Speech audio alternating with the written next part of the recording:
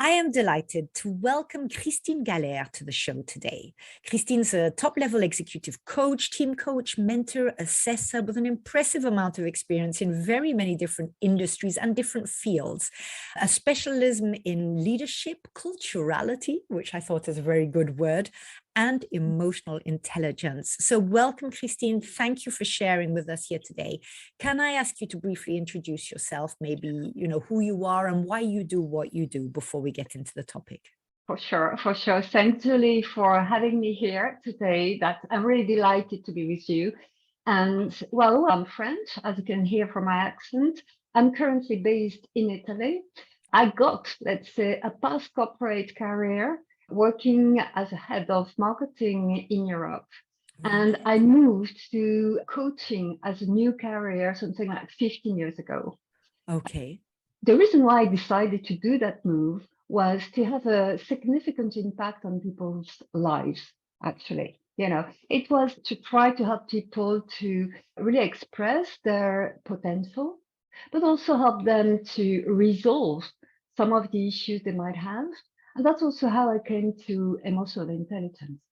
Right, which is very important for us. So I'm very grateful for you talking about it. It's a word we know, right? We hear about emotional intelligence. So there was quite a buzz Yeah, around it. But, really what it is, how we can, harness ours, which is the yeah, topic for today, and why it's important, I think what it can bring us is something that we don't talk about so often. So yeah. what was it about emotional intelligence which then decided you to dedicate your professional life to helping others? Well, it has been really the fact that suddenly I realized by coaching executives that there were some blocking points at some Right. stages. And those blocking points were not so much linked to rationality, logic, analysis. They were very good at that anyway. But they were connected to their emotions, the Right. ones that they were not really considering, that they were putting aside, and those emotions were just coming, in the middle of their objectives.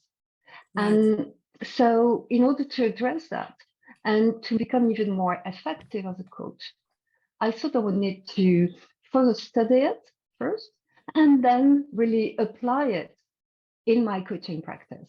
Right. So, I mean, should we define it maybe first? How do you Yeah. define emotional intelligence? Well, the way I define it is by being simply more clever, let's say intelligent with your emotions. How? Actually, emotional intelligence is not just about emotions. It's not just about being very sensible. No, not at all. It's about bringing together rational aspects and emotions so that you can act more intentionally. So it's like Right. moving from reacting to make a response, I would say. Right. So it's not just the emotions, it's basically No. how we use them. And I mean, okay, we're talking to a 50 plus audience here. So I like to think little by Yes, yes, little, we get to know each ourselves better, start to understand what our triggers are, what are yeah, those moments when we afterwards, feel a bit disappointed in ourselves when we think, well, that's not who I truly am. Why did I react that way to yeah, this situation? So that's what we would call it emotional intelligence then. yeah. Let's say that would be also exactly what you pointed out, the triggers. The Right. triggers are part of what we call patterns of Yes. behaviors or mental schemes. Okay. Meaning that each time you start to react in a certain way to a situation, you realize that something has happened, which is similar between one situation and another. And you Right. keep on reacting exactly that way while you acknowledge the fact that that's not very efficient.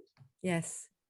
Okay, so it's exactly there that it's really important to be self-aware to understand so why you are acting this way, what makes you react that way, in such a way to decode it and Right. say, okay, what are the feelings that were at play? What were my thoughts at that moment? And what has been the consequences of all of this on my actions? Right. So So yeah, the patterning. So that's things that we've picked up, strategies that at the time we thought were yeah, useful for us, right? At different stages of our lives. Often I think yeah, they're very young, aren't they? That we learn to react in a certain way because we want yeah, to yeah. please or Yeah, we want to yeah, defend ourselves, etc. But at some point we realize that they're not serving us anymore, right? Yeah. Let's say that, well, we learn how to behave on the one hand, but sometimes it's not very efficient or it's not the best version of ourselves. Okay. Right, And that's the issue. And I guess that, by aging, we become hopefully more aware or right. self-aware. Yes, Right.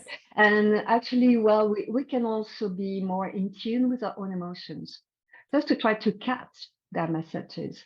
Why? Also because we face at that age a certain kind of hormonal imbalance. Okay. right. That Yes, creates, kind of yo-yo effect of our emotions or our emotional states. And I guess that, by listening more to our emotions and using them on top of our logical aspects, we then are able to understand the situations more, yeah, what the kind of reaction we'd like to get, what could be the impact of what we're doing or not doing. Okay.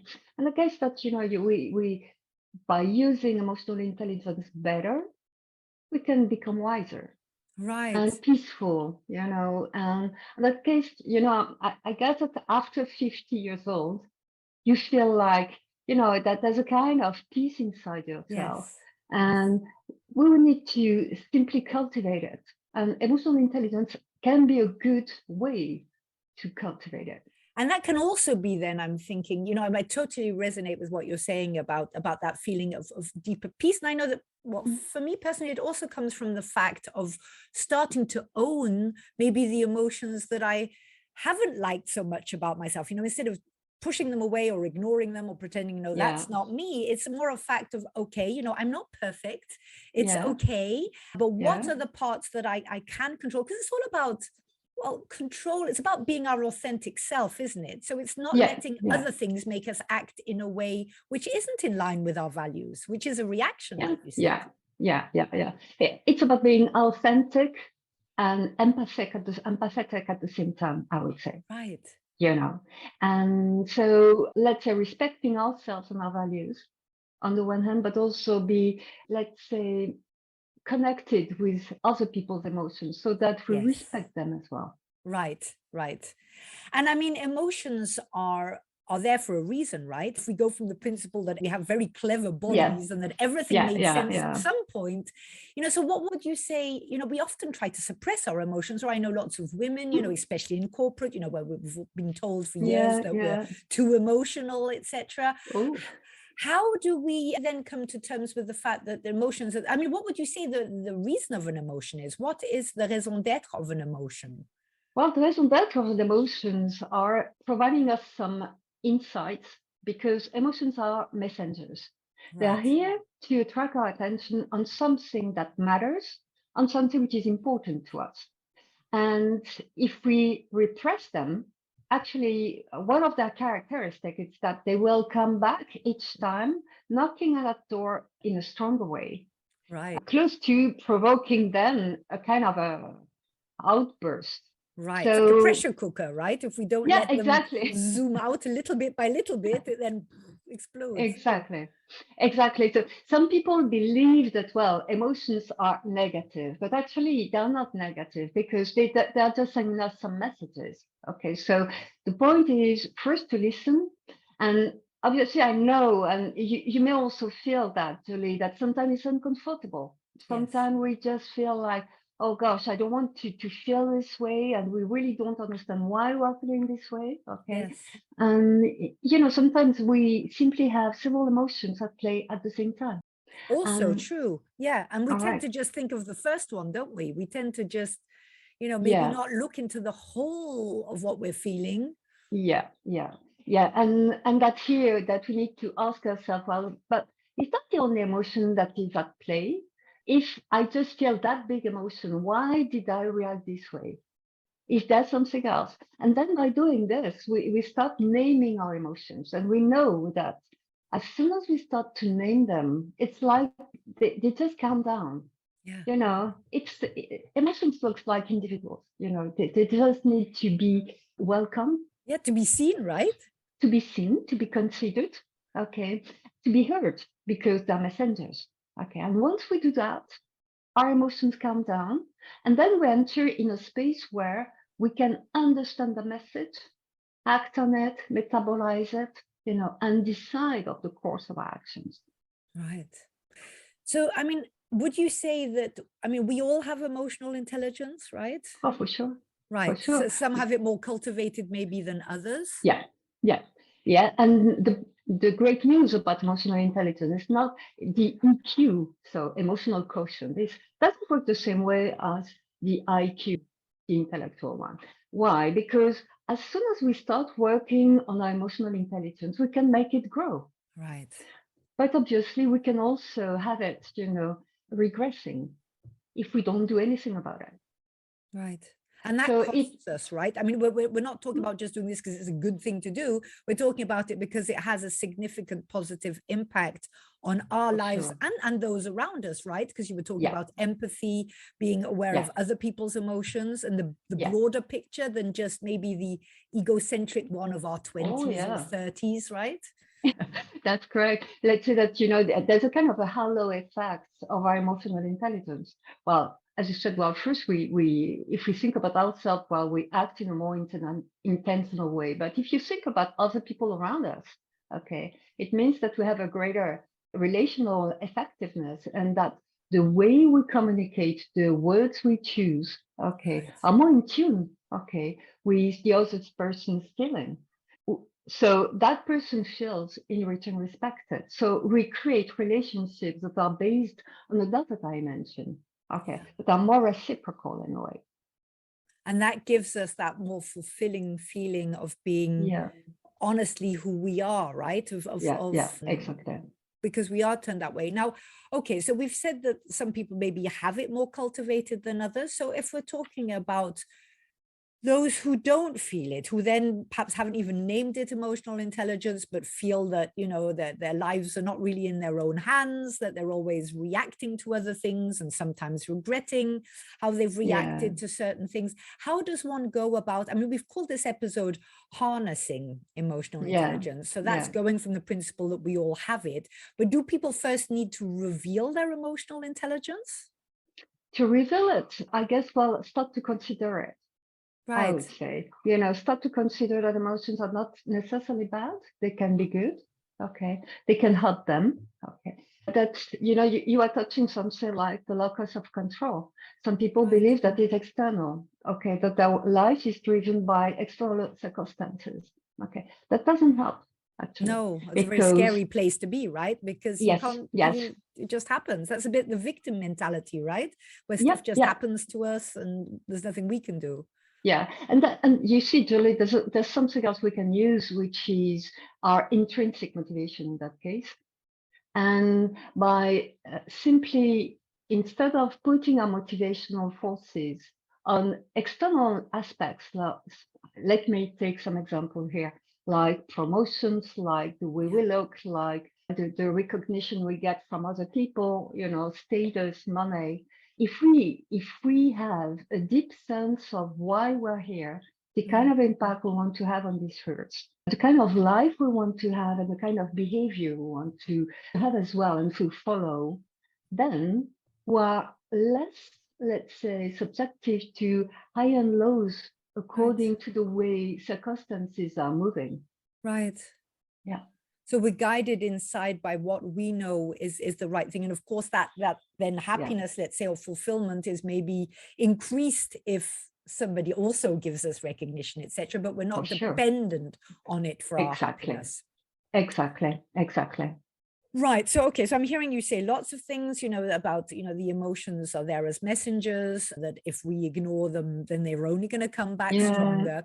So how do we go about doing this? How do we go about then recognizing and then using our emotions in a positive way to be authentic and to be better people towards the outside as well, whether it's in a business context, whether it's in family context, a social context. Our emotions are who we are. They affect everything. Yeah, that affects everything. And so, well, if we take leadership, for instance, okay, if we think about leadership, for me, doesn't mean just work. Yes. Okay, we have some leadership in our lives, all of us.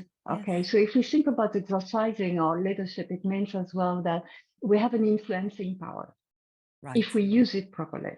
Okay, thanks to our emotional intelligence, we can also grow our optimism. Right. And, in today's context, optimism is really key. Why that? Because I mean here, let me give you a definition of what I mean here, because it's not exactly what the common, let's say, Yeah. meaning. It means just considering that there are some alternatives, solutions that may exist, and accept that, even if you don't see them immediately. Right. So it's a kind of mentality of hope. Oh, I like And that. Yeah. yeah, and when you have that, you influence very positively people around you because Yeah. your energy is different, because you smile more, because you have a positive outlook on the future and on the present. Right. Then you attract people that are the same way, but also it's contagious, because that's one thing we didn't say about emotions, is that they are contagious. If I come in a room and I'm really excited about something, people will feel my energy, right? Yeah. Yeah. But if I come and I'm nervous, I don't say hello to anyone. I go straight to a desk or to a table, okay? And I look like hectic. I Yes. guess that people will stay away from me. Yes. Exactly. Okay. Okay. And probably I will have a conflict maybe with someone else, someone in the bar, because they didn't bring my coffee, let's say, quick enough. Right. So it's a bit like the law of return, right? What we give Yeah. out is what we get back, right? And what sort Yes. of world do we want to create around us? Yeah. Is Yeah. it more one of those positive ones? And I mean, I guess that having this state of mind, like you say, or this, what were you calling it? This mentality of hope. Yeah. That then it means that we're no longer governed by fear. You said nervousness, for Yeah. example, coming in. All those things are things which are governed by our fear. Fear of not being good enough, fear of not being seen, fear of doing Yeah. it wrong. I mean, again, we're talking about patterning here, right? Yeah. Yeah. Yeah. And so it's and just as you said, also I like that even if you do not see the possibilities and the options at this point, to just go from a mindset that they Yeah. are probably there. Yeah. So you're broadening your horizon, right? You're not stubborn in your, this is how it is, and this is how I'm being perceived, or. Yeah. It's about also resizing the effects of, let's say, events that you dislike, such as, for instance, if you say, well, something bad has happened, okay, and you feel down, it's fine to feel down in, let's say, at first stage, right? Yes. But then, well, you can start to wonder, okay, is that going to affect all the aspects of my life, Bruce? Right. Okay. Or realistically speaking, can I look at it with like, okay, just a part of it. Maybe that's going to affect my personal life, or just that part of my personal life, or that part of my professional life, but it's not going to contaminate everything. So already you experience a kind of relief when you do this. Another thing is be able to size the effect. Let's say when I'm talking about sizing the effect, I mean, what will be truly affected. Also stop making it personal, because sometimes we tend to very much blame ourselves, and maybe women tend to do that a lot. Exactly what I was going to say. I think that's something we all can relate to. Yeah. And we could say, well, instead of blaming ourselves, let's give the right amount of credit to external circumstances. I'm not saying putting everything on external circumstances, but there's always a certain ratio of it. Yeah. Right? And also maybe just acknowledging that we did the best we could at that moment. Exactly. Right. Sure. And, yeah. Because we tend to forget, that, okay, maybe we didn't react in the way that we'd hoped, or maybe the situation didn't turn out, but we always have a choice what we see about that, right? I mean, we don't always choose what happens to us. That's the reality, nor are we every day full of sunshine. I don't believe in that 24/7 positivity, life is great sort of stuff. But it's more about, I mean, I'm hearing you say, first of all, about, how we decide to look at it. If we put everything in one thing, one little thing, and now everything's bad. And it's also I'm also hearing you talk about, resilience in a way, right? That we might lose it, that good value focused feeling, but it's about getting it back. We're not saying that we should never lose it. It's human to have moments of doubt or anger, or, moments when we're not aligned, but it's to be able to get it back. Yeah, exactly. So it's about first being aware when you're doing so. Okay. Right. When you start feeling that you are going on that path where you start to see everything in black, say to yourself, but hey, is that really this way? Yes. Okay. What are the risks? Do I have some positive news around me? Has there been something that could give me some hope? You know, also that there's another thing, which is the time dimension. For how long will it last? Yes. You know, sometimes we have the impression that everything is damaged and, you know, for our whole life. No, Right. it's very rarely true. It's that Okay. grandmother's "this too will pass" adage, right? Yeah, We do tend exactly. to forget when we're in it, right? We Yeah, see yeah, no yeah. exit, but there again, that's that mentality of hope and of optimism, which then, I mean, I guess gratitude's in there as well, isn't it? It's Yeah, yeah. looking There's at the good stuff, not just at what's missing or just what yeah, went wrong. yeah, exactly. And there's also acceptance. You know, you said something that was very true that resonated so much with me in the fact of saying, well, you know, let's just acknowledge that sometimes, well, we just did the best we could in that very moment. Okay. So acceptance help us as well to be kind, let's say, with ourselves. Yes. And that will go a long way in stopping that negative cycle of blaming Yeah. ourselves. So Yeah. then we're giving out negative or Yeah. fearful vibes, which are then bringing more back in return because they're affecting our environment. Exactly. So what can we Exactly. do if we're talking about sharing, you know, okay, obviously, so you actually do this as a career, right? You help people build emotional intelligence? Yeah, I help people build emotional intelligence, but practicing their emotional intelligence. Okay, so Say, literally people and corporations come to you and say, okay, you know, I want to, so these are people who are already quite aware, right, of what it is and why it's important for them. No, well, not always actually, you know. For instance, they come to me saying, well, you know, Mr. X has those difficulties in motivating their people. Right. Or, you know, or she has that difficulty in engaging with people. Okay, or getting some followers behind her, you know. Right. Okay, or this other person has a lot of conflicts, who has a communication style which is just a little bit harsh, you know. So they not necessarily are really defining it as emotional intelligence, but I know that behind, I hear what you're saying. They don't name it like that. They don't come in and say, Christine, please help me, you know, enhance my emotional intelligence. But you can hear by what they're saying that that's the key. Yeah, that's the key. And sometimes it's about being empathetic, for instance, you know. Right. It's, you know, well, that guy is just going straight to the objectives, a very strong drive, but the halo effect of this is a lack of relationship, a lack of connection, people leaving, you know, that kind of thing. Right, Christine. So for those listening right now who, you know, I always pride myself on saying we also give 3 practical tips that people can put in effect, you know, straight away. These are our 30 minutes of coaching for let's take our life in our hands. What can people do? Okay, so if we're talking about growing their resilience, okay, I would say the first thing would be recognize their autopilot. I mean, you know, you remember when we talked about patterns and triggers? Okay, learn how to recognize that. You know, sometimes our brains in front of threats tend to react very quickly, but that very quick reaction is not always the best one. And it's for sure not really intentional. Okay, so learning first how to understand that. And that's why into it. The second is using an optimistic approach. Okay. And we said 3 points there: stop making it personal, weigh the how long it will last, and size the weight effect. The third one, which is a very strong anti-stress, is connecting with people. Right. Okay. And we didn't talk about it yet, but connecting with people means talking about, you know, when you talk about an issue, when you listen to others' perspectives, when you find some kind of support. And actually, what we know is that there's a connection between the fact that when we feel or we sense the kind of issue someone is facing, automatically there's a kind of connection happening.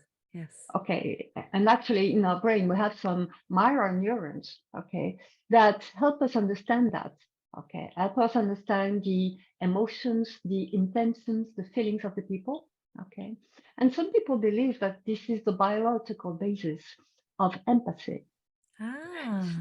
Right. So let's say that, you know, as soon as I try to understand someone, I decode their intention of action. So I will respond, let's say, being in tune with those. And that person will feel understood. And Right. here there will be the connection, right? But so there's so- the place where we must also perhaps check, because I know that sometimes Yeah. also we're quick to imagine based on our experience that that must be what they're feeling, and we can also miss, Sure. you know, miss the trigger, and actually, so how does one do that? One just sort of checks, you know, if that is how Well, they're feeling. Yeah, you can. You can ask the question. I hear you saying that. Right. Okay. Or you must be feeling this, and you Yes. see what you get. That could be a very good way. For sure, what doesn't help much in those cases is what we call the cognitive empathy. Okay. If you get to someone, you hear to that person, but you feel a certain disconnect with that person, and you put yourself in a place where you're gonna analyze and bring a solution, Mhm. you'll probably get exactly the opposite of what you'd like to, meaning that that person will probably not buy in Yes. the solution. How did you call The that? Cognitive dissonance? cognitive empathy. Oh, cognitive empathy. So it's based on the brain rather than on feelings then. Is that what the Yeah, cognitive? yeah, yeah, Oh, that's exactly. interesting. Okay. That's a place where I was used to stay a some time ago, Yes, I uh, recognize it straight away. That's why I'm Yeah, interested. yeah, Yeah, yeah. Usually, people would come to me and I would listen to them, to that situation, their feelings, etc. But my brain will elaborate totally solutions for agree. them. Yeah. Okay, and that would be based on myself. What Yes. would work for me? Okay, Yes. and obviously, it's not the same thing for someone else. And usually, when people come to speak to you, it's not always for a solution. It's just to be heard, to Exactly. get some That is just to very get some wise. attention. Yes. And we Yes. don't need very often we don't need more than this. So we're there And again, it's tapping into ourselves as well in the way that our emotions are running away with us.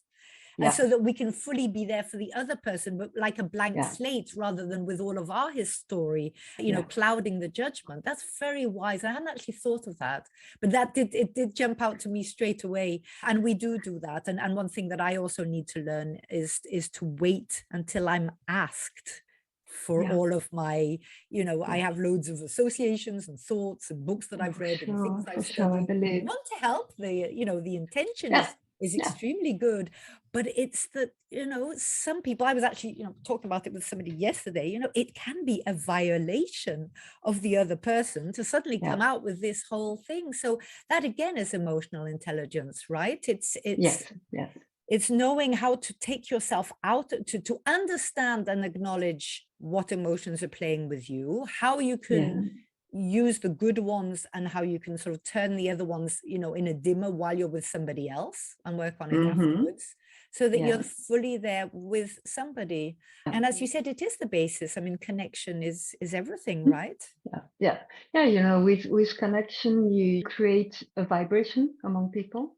Okay, thanks to that, the dialogue comes to a different kind of level, Yes, and that's actually how you can help people. yes, yes. So, Very wise words, Christine. Thank you very thank you. much. I would love to have you back on any other time because I know you have so much more to say.